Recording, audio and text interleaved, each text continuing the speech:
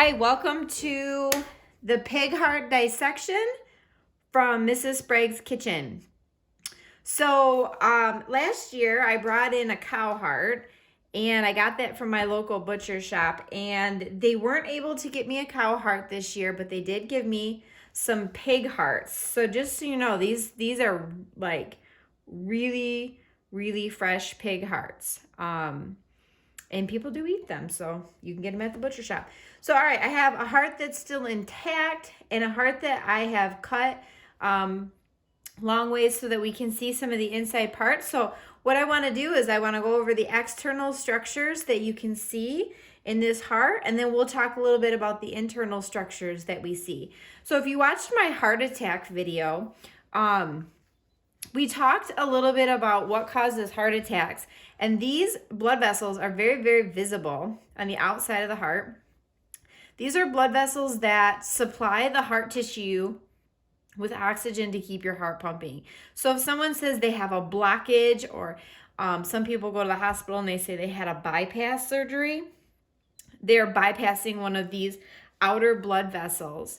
And this white that you see is actually just like fat around the heart tissue. So I'm looking at this heart. This is going to be the left side, even though it's my right hand, and this is going to be the right side. So looking at it, this is going to be the left ventricle. How do I know? It's very large. Okay, the left ventricle is in charge of pushing blood through the entire body. So there's a tremendous amount of pressure required when this ventricle squeezes. So this will be the left atrium. Okay, over on this side we have the right ventricle and the right atria. Okay, so this would be considered the front of the heart. On the back, you can see a little different view. You can see the atria. They're kind of floppy. They're not muscular. Really, the atria are just for receiving blood. They open, and it's the ventricle's job down here to really push the blood to where it needs to go. All right, so this is the back. So we'll go back to the front. This is the left side.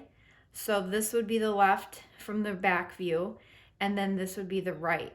All right, now what we have a really good view of here are the blood vessels going in. Okay, so this is the main aorta, or the main artery, that is going to push oxygenated blood. So it's if I stick my finger in there, it's going to lead me directly to this left ventricle. Okay, so from here I can feel my finger here. This is the left ventricle. All right, so when the left ventricle squeezes, blood goes out through the atria, or I'm sorry, out the aorta to the rest of the body. That's the easiest blood vessel to find. Okay, right here next to the aorta, another easy one to find. This is a pulmonary vessel. So if we have deoxygenated blood coming in here to the right atria, then to the right ventricle, it's going to push the blood through this vessel into the lungs, where it can be reoxygenated. All right, so we have a little harder time identifying the vessels. This would be the vessel coming from the lungs, and this would probably have a vein here somewhere around. So going into, maybe this one right here would be our vena cava, and then the other one over here is going to be our other pulmonary artery. So the outside of the heart itself is pretty interesting. You can see a lot of features. I chose to keep this heart intact because the vessels were already visible, and I chose to cut this heart in half because the vessels were kind of cut off. So if you buy a heart from like a butcher shop, a lot of times they'll just cut this stuff off and it's not visible.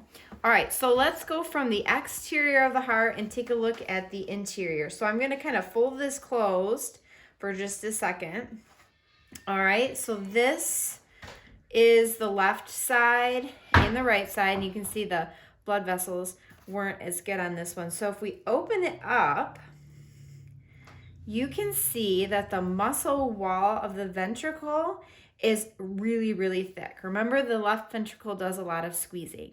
And the right ventricle, which is visible here, is much, much thinner. So we're not looking inside of the atria right now. We're just looking in the ventricles.